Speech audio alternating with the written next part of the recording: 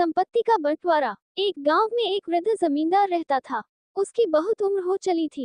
एक बार जब वह बीमार पड़ा तो उसे लगा कि अब उसके जाने का समय आ गया है। उसके 3 पुत्र थे। उसने तीनों को अपने पास बुलवाया। जब तीनों पुत्र वृद्ध व्यक्ति के पास एकत्रित हुए तो वो बोला, पुत्र, लगता है मेरा जाने का समय आ गया है। मैंने तुम्हें एक बात बताने के लिए अपने पास बुलाया है। जब मैं मर जाऊं तो तुम लोग मेरे पलंग के नीचे की जमीन खोद लेना। वहां तुम तीनों के लिए कुछ है। इतना कहने के बाद वृद्ध व्यक्ति की मृत्यु हो गई। उसका अंतिम संस्कार करने के बाद तीनों पुत्रों ने उसके कहे अनुसार उसके पलंग के नीचे की जमीन की खुदाई की। खुदाई में उन्हें 3 कटोरे मिले जो एक के ऊपर एक रखे हुए थे। पहले कटोरे में मिट्टी थी, दूसरे में सूखा हुआ गाय का गोबर और तीसरे में तिनके रखे हुए थे। साथ ही उन्हें 10 सोने के सिक्के भी मिले।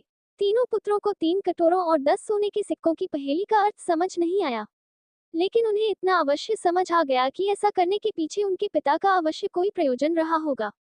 इस पहेली को सुलझाने के लिए तीनों ने तेनालीराम के पास जाने का निश्चय किया।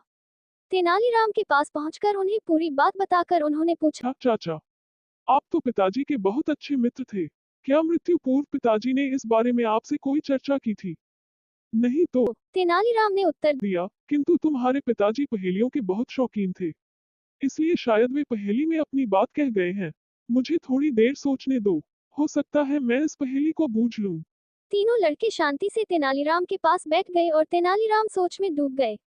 कुछ देर बाद तेनालीराम की आंखें खुशी से चमक उठी और वह बोले, मुझे पता चल गया कि इस पहेली का क्या अर्थ है।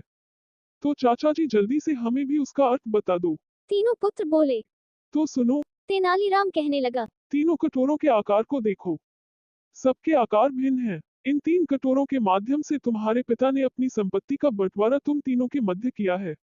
सबसे बड़ा कटोरा सबसे बड़े पुत्र की मिली संपत्ति को दर्शा रहा है। उसमें मिट्टी भरी है, अर्थात तुम्हारे पिता के सारे खेत सबसे बड़े पुत्र को मिलेंगे। दूसरा कटोरा मंझले पुत्र को मिली संपत्ति को दर्शा रहा है। उनमें गाय का सूखा गोबर है, अर्थात सारे मवेशी मंझले पुत्र को मिलेंगे। तीसरा कटोरा छोटे पुत्र को मिली संपत्ति को दर्शा रहा है, जिसमें तिनके भरे हैं, जो सुनहरे रंग के हैं, अर्थात सारा सोना सबसे छोटे पुत्र के हिस्से आया है। इतना कहकर तेनालीराम चुप हो गया। तब तीनों पुत्र बोले, चाचा जी, एक बात समझ में नहीं आ रही कि पिताजी ये 10 सोने के सिक्के किसके लिए छोड़ गए हैं। ये मेरा मेहताना है। तुम्हारे पिता कोई भी काम मुफ्त में नहीं करवाते थे। उन्हें मालूम था कि उनकी पहेली का अर्थ पूछने तुम लोग मेरे पास आओगे, इसलिए मेरा मेहताना छोड़ गए हैं। तेनालीराम ने उत्तर दिया। तीनों पुत्रों को अपने पिता की पहेली का उत्तर मिल चुका था। उन्होंने तेनालीराम को 10 सोने के सिक्के दिए और लौट गए।